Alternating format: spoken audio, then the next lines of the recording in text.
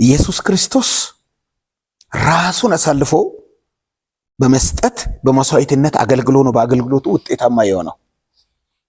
የአገልግሎት እስከ ዛሬ ድረስ የቀጠለው በፍቅር ስላገለገለ ነው። ፍቅር የሌለ አገልግሎት ውጤታማ ሊሆን አይችልም። ትዕግስት ደግሞ መጽሐፍ ቅዱስ እንደ ሰዎችን ሁሉ ታገሱ ይላል። አንዳንድ ሰው በቤተ ክርስቲያን ውስጥ ሰው ነው ሰይጣን ነው፣ ጤናማ ነው ያሟል ሳት ያደርገዋል የምንለው አይነት ሰው አለ ቤተ ክርስቲያን ውስጥ። ወገኖቼ ሆይ እንዲህ አይነቱንም ሰው ልንታገስ ያስፈልጋል።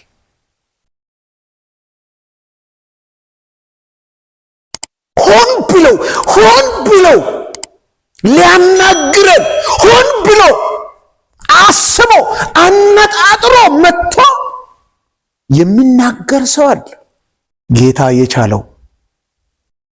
የቻለው ቤቱ የኛ ቤት አይደለማ። የጌታ ቤት እኮ ለሱና ለኛ እኩል ነው ቤቱ። ለዚህ ክፉ ለዚህ ለአስቸጋሪ ሰውዬና ለኛ ቤቱ እኩል ነው። አንዳንድ ጊዜ ፊት ለፊት ስላለን ቤቱ እኮ የኛ እየመሰለን ያስቸግረናል። መድረክ ስለምንይዝ ማይክ ስለምንይዝ ፊተኛ ወንበር ላይ ስለምንቀመጥ ቤቱ የኛ ይመስለናል። ቤቱ የኛ አይደለም። ባለቤት አለው። ባለቤቱ ማን ነው? እግዚአብሔር ነው። በክፎችና በደጎች ያለ ልዩነት ዝናቡን የሚያዘንብ ፀሐይ የሚያወጣ የክብር አምላክ ነው የቤቱ ባለቤት። ስለዚህ ምን ያስፈልጋል? ትዕግስት ያስፈልጋል።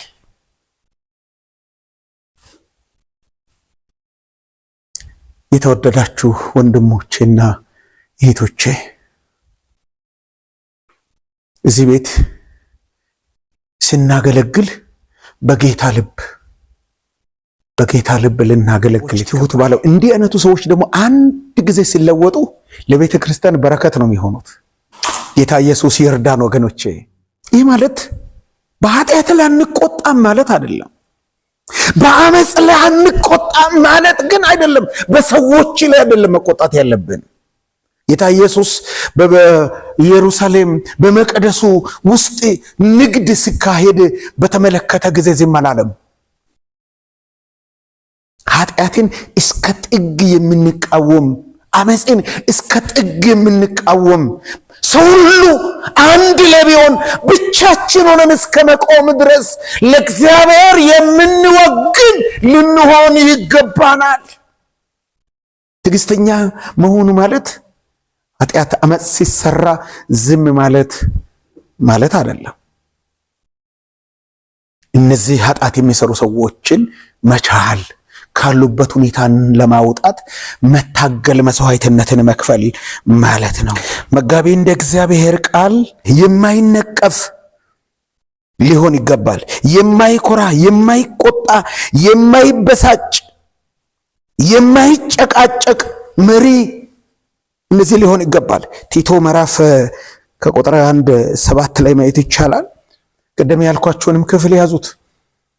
ተሰሎንቄ ምዕራፍ 5 ቁጥር 14 ላይ አንተ ኢየሱስ ይሁዳን መጀመሪያውን እኮ ያውቅ ነበር።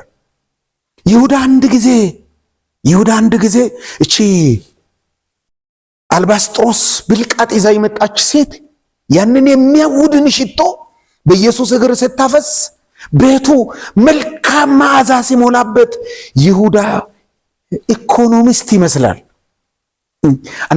አንዳንድ ሰዎች ጥሩ ይናገራሉ፣ በተናገሩበት በስተጀርባ ግን ክፉ አለባቸው። ጥሩ የተናገረ ሰው ሁሉ ጥሩ እንዳይመስላችሁ። እየሰማችሁኝ ነው? ግን አንዳንድ ጊዜ ሰዎች እንዴት ይናገራሉ? ጥሩ ይናገራሉ፣ ግን ከጥሩ በስተጀርባ ክፉ ነገር አላቸው። ይሁዳ ይሄ ሁሉ ብክነት፣ ይሄ ሁሉ ጥፋት፣ ይሄ ሁሉ ገንዘብ ዝም ብሎ ፈሶ ለምን ይቀራል እንዴ? ስንት ድሆች አሉ ይህን ሰፖርት ማድረጊያ ቢሆን። የርኅራኄ አገልግሎት ብናገለግልበት በዚህ ገንዘብ እንዴት ይፈሳል? እንትኑ ሐሳቡ ጥሩ ይመስላል እኮ አይመስላችሁ? እናንተ ጋር ቢኖር የይሁዳን ሐሳብ መቃወም ትችላለህ? እኔ መቃወም ይችላል አይመስለኝም። ምክንያቱም ያቀረበው ሪዝነብል ነው። ምክንያቱ ትክክለኛ ነው። ለምን ይፈሳል? ለካስ ከባስተጀርባ ያለው ሌባ ነበረ ይሁዳ። ከገንዘቡ አንስቶ ይጠቀም ስለነበረ ትርፉ ስለቀረበት ነው የጮኸው። ለትርፋቸው የሚጮሁ ሰዎች አሉ ቤተክርስቲያንም ውስጥ።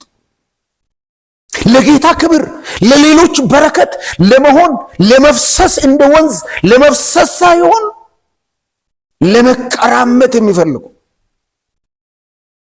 አምስተኛ ነገር ላንሳ። ሌላው አምስተኛ ትሕትና ነው። ትሑት መሆን።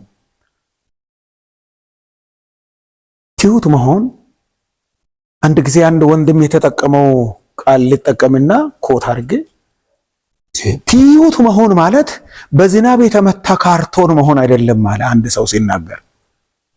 አንዳንድ ሰው እስከ ጉልበት እኮ ነው ዝቅ የሚለው። እንደው ቀጥ ብሎ ልቡ ዝቅ ብልና እሱ ቀጥ ብሎ ቆሞ ልቡ ዝቅ ብልና መሬት ነክተው አፍንጫቸው መሬት ሊነካ የሚቀርቡ ሰዎች አሉ። ልባቸው ግን ክፋት የሞላ ሽንገላ የተሞላ። ልብን በሚመረምር አምላክ ፊት ጌታ እኮ ልብ ያያል። ይሁዳ የተናገረውን ብቻ ሳይሆን ከንግግሩ በስተጀርባ ያለውን ኢየሱስ አየ። ሌባ ስለሆነ ተናገራል። ኢየሱስ ሌባ ስለሆነ ይህን ተናገራል።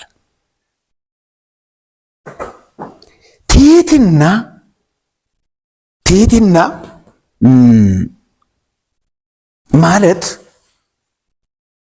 ለሌሎች እድሎችን መስጠት። ማቴዎስ ወንጌል ላይ 11 ከቁጥር 29 ላይ ኢየሱስ የአይሁድ ሃይማኖት ስቃይ ውስጥ የነበሩ ሰዎችን እንደዚህ ያላቸው፣ እናንተ ሸክም የከበዳችሁ ሁሉ ወደ እኔ ኑ፣ እኔም የዋህ በልቤ ምንድን ነኝ? ትሑት ነኝ አለ ኢየሱስ። አያችሁ፣ ፊልጵስዩስ ምዕራፍ 5 ቁጥር 6 ላይ ስትመለከቱ እንደዚህ የሚል ቃል አለ። አምላክነት ክብሩን እንደሚቀማ አይነት ነገር አድርጎ ሳይቆጥር ራሱን ምን አደረገ ይላል? ዝቅ አደረገ ነው የሚለው። እኔ የዋህ በልቤም ትሑት የሚፈልገው የልብ ትሕትና ነው። ራሱን ዝቅ አደረገ። የአምላክነት ክብሩን እኔ በጣም የሚገርመኝ ኢየሱስ ሞትን ማሸነፉ አይደለም። አምላክ ሞትን ቢያሸንፍ ይገርማል እንዴ? ሰው ይቀልዳል። አምላክ ሰው መሆን ነው ከባድ። መለኮት ምድርንና ሞላዋን ሞልቶ ተርፎ ተትረፍርፎ የሚኖር ትልቁ አምላክ ውስን ለመሆን ሲበቅድ፣ ለዛም በማርያም ማህፀን ውስጥ መጥቶ ሊጸነስ በዚህ ዲያ ሰው ቤት ለመወለድ ፈቀደ። ዛሬ አገልግሎት የተመቻቸ ቦታ ካልሆነ በስተቀር ሰዎች አይፈልጉትም። እኔ ያን ስቃይ አልችልም። አገልግሎት ወገኖቼ፣ አባቶቻችን እኮ አገለገሉ። እኛ እያገለገልን ነው። የተገለገልን ኢየሱስ ክርስቶስ ክብሩን የጣለበት አገልግሎት ነው ይሄ። የተዋረደበት ክብሩን የጣለበት አገልግሎት ነው። ዛሬ አገልግሎት ጥቅም ከሌለ፣ ዛሬ አገልግሎት ገንዘብ ከሌለ አይገለገልም። ጥሩ መኝታ በሌለበት አገልጋይ አይመጣም። ቤተክርስቲያን እንደዚህ የሆነች ነው ያለችው። መድረክ ላይ ያደጉ ይቅርታ፣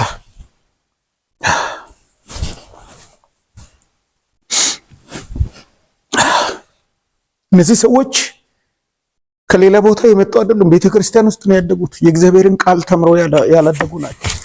ፌመስ ነው። እኛም እኮ እንደዛ ነው የምንለው። መጥራት ያለብን ፌመስ አገልጋይ ነው። ጉባኤን የሚጠራ አገር የሚያውቀው ሰው ነው። ፍርሃተ እግዚአብሔር የራቀባቸው ነውረኛ የሆኑ መድረክ ነው የምናየው። ታዲያ ለምንድን ነው ተአምራት የሚሆነው? በእርግጥ እግዚአብሔር ነው የሰራው ተአምራቱን ወይስ አጋንንት ናቸው? እኔ ጸጋ ስጦታ የሚቃወም ሰው አይደለሁም። በዚህ ስጦታ ከ30 ምናምን ዓመት አገልግያለሁ። ዛሬም አገለግላለሁ። እግዚአብሔር ይናገረኛል። ትንቢት አልቃወምም፣ መገለጥ አልቃወምም። ግን የዘንድሮ መገለጦች፣ የዘንድሮ ትንቢቶች ሰውን ወደ እግዚአብሔር የማያቀርቡ፣ ሰውን ከሰው የሚለዩ፣ ሰውን ከሰው የሚያርቁ፣ ቤተ ክርስቲያንን የሚያፈርሱ፣ የሚበትኑ ናቸው አብዛኞቹ። አይጠፉም። አልፎ አልፎ ጤናማ አይጠፋምና እሱን ደግሞ ጨምሮ መደፍጠጥም ጥሩ አይደለም። ትሕትና ራስን ዝቅ ማድረግ የለም። ራስን ዝቅ ማድረግ የለም። ጌታን ለማገልገል ካላችሁ በብዙ ትሕትና፣ በብዙ አክብሮት፣ በብዙ ፍቅር ጠይቃችኋለሁ። ትሑታን ሁኑ። ሰውን ትዕቢቱ ያዋርደዋል፣ መንፈሱን የሚያዋርድ ግን ክብርን ይቀበላል ይላል እግዚአብሔር ቃል። ትሑታን ምድርን ይወርሳሉ ይላል እግዚአብሔር ቃል። ስለዚህ ወገኖቼ ሆይ በመሪነት አገልግሎት ውጤታማ ለመሆን ከተፈለገ ወይም ከፈለግን ኢየሱስ ክርስቶስ ትሑት እንደሆነ ትሑት ልንሆን ይገባል። አመንዝራይቱን ሴት ዮሐንስ ወንጌል 4ኛ ምዕራፍ ላይ የምታገኙትን አመንዝራይቱን ሴት አቤት ትሕትናው! እንዴት ለስሙ ለክብሩ አልተጨነቀም። እሷን ለማዳን ነው የተጨነቀው። በሰማርያ መንገድ ያልፍ ዘንድ ምን ሆነበት? ግድ ሆነበት። ምንድነው ግድ ሆነበት? በእስራኤል ታሪክ፣ በእስራኤል ሕዝብ የተኩል ሰዓት መንገድ እያለ የረጅም ሰዓት መንገድ የሰማርያን ከተማ እርኩስ ከተማ ነው፣ የተረገመ ከተማ ነው፣ የእግዚአብሔር ክብር የሌለበት ከተማ ነው፣ ክፉ ከተማ ነው ተብሎ የእስራኤል ሕዝብ በእግሩ መርገጥ የማይፈልገውን ከተማ ለመርገጥና በዚያ ከተማ ላይ የምትጠፋውን ሴት ለማዳን ኢየሱስ ለማለፍ ግድ ሆነበት። ለማዳን ነው ኢየሱስ በዛ ከተማ ላይ ሄደው። ወንጌል አገልግሎት ግድ ሆኖብን ነው ልናገለግል የሚገባው። ግድ ሆኖብን ነው ማገልገል የሚኖርብን። ጌታ በፈቅድና ብንኖር ሌላ ጊዜ በስፋት ማየት እንችል ይሆናል። ማን ያውቃል? ጌታ ከፈቀደ